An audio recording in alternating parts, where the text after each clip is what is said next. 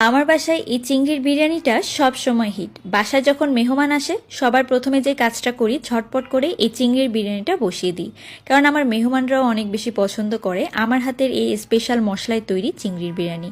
তো আজকে আপনাদেরকে সব থেকে সহজে কিন্তু অনেক বেশি টেস্টি স্বাদের চিংড়ির বিরিয়ানির রেসিপি তৈরি করে দেখাচ্ছি, যেভাবে চিংড়ির বিরিয়ানি বানালে অনেক মজার হয় খেতে।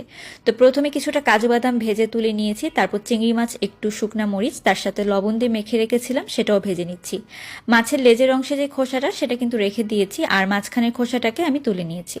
তো এখন এই চিংড়ি মাছগুলোকে কিন্তু হালকা করে একটু ভেজে নিয়েছি 2 মিনিটের জন্য, তারপর তুলে নিয়ে ওই তেলের মধ্যেই গোটা গরম মশলা দিয়েছি, তার মধ্যে দারুচিনি এবং এলাচ আছে 4-5টার মতো। তার সাথে এখন দিয়ে দিলাম পেঁয়াজের কুচি, আদা রসুন পেস্ট দিয়ে দিব 1 চা চামচের মতো, বেশি দেওয়ার দরকার নেই। আদা বাটা কিন্তু আমি 1/2 চামচ দিয়েছি, রসুন বাটা 1 চামচ দিয়েছি। একটু ভেজে নিয়ে তারপর এখানে 2টা টমেটো একদম ছোট করে কেটে রেখেছিলাম সেটাও দিয়ে দিলাম। তো একটু হালকা করে ভেজে নেওয়ার পরে এখানে শুকনা মরিচের গুঁড়া 1 চামচ, তারপর জিরার গুঁড়া ধনিয়ার গুঁড়া 1/2 চামচ করে নিয়েছি, তার সাথে লবণ দিয়ে দিলাম পরিমাণ মতো। এখন এখানে 1 প্যাকেট বিরিয়ানি মশলার অর্ধেকটা দিয়ে দিচ্ছি, যেহেতু আমি আজকে 1/2 কেজি চালের চিংড়ির বিরিয়ানি তৈরি করছি, তো 1 প্যাকেট মশলা পুরোটা দিচ্ছি না, অর্ধেকটা দিয়েছি।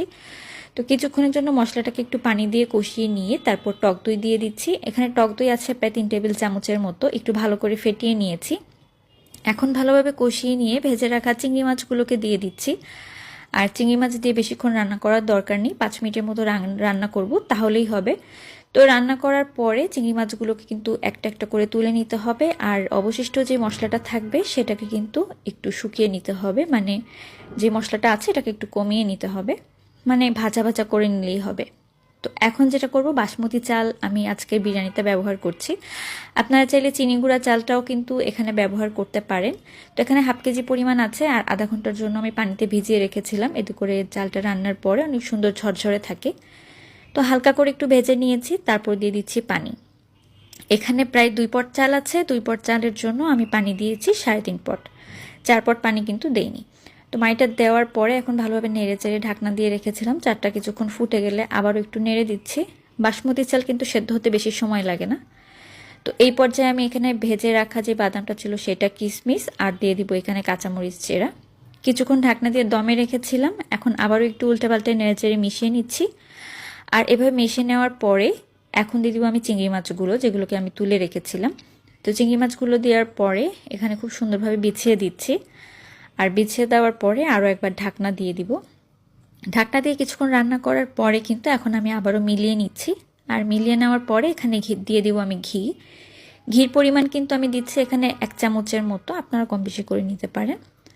তো ঘিটা দেওয়ার পরে ভালোভাবে এই বিরিয়ানির উপরে ছড়িয়ে দিচ্ছি, আর তারপর যেটা করব, ঢাকনাটা দিয়ে দিব। তো ঢাকনা দেওয়ার পরে এটাকে প্রায় 5 থেকে 6 মিনিটের জন্য দমে রাখতে হবে, আর বেশিক্ষণ দমে রাখার দরকার নেই, তা না হলে কিন্তু চালগুলো ভেঙে যাবে। তো তারপর আবার একটু উল্টে পাল্টে মিশিয়ে নিচ্ছি, আর এখানে কিন্তু গোলাপ জল বা কেওড়া জল ব্যবহারের দরকার নেই, সুন্দর একটা ফ্লেভার আসবে ঘিয়ের, এবং চিংড়ি মাছের তো একটা সুন্দর ফ্লেভার আছেই। তো আমার চিংড়ির বিরিয়ানি কিন্তু তৈরি হয়ে গিয়েছে, আর দেখতেই পাচ্ছেন কত সুন্দর একটা কালার এসেছে। এটা কিন্তু খেতে অনেক বেশি মজার হয়, আপনারা অবশ্যই কিন্তু এভাবে একবার বাসায় বানিয়ে দেখতে পারেন, আশা করি আপনারও অনেক ভালো লাগবে। সবাই ভালো থাকবেন, আল্লাহ হাফেজ।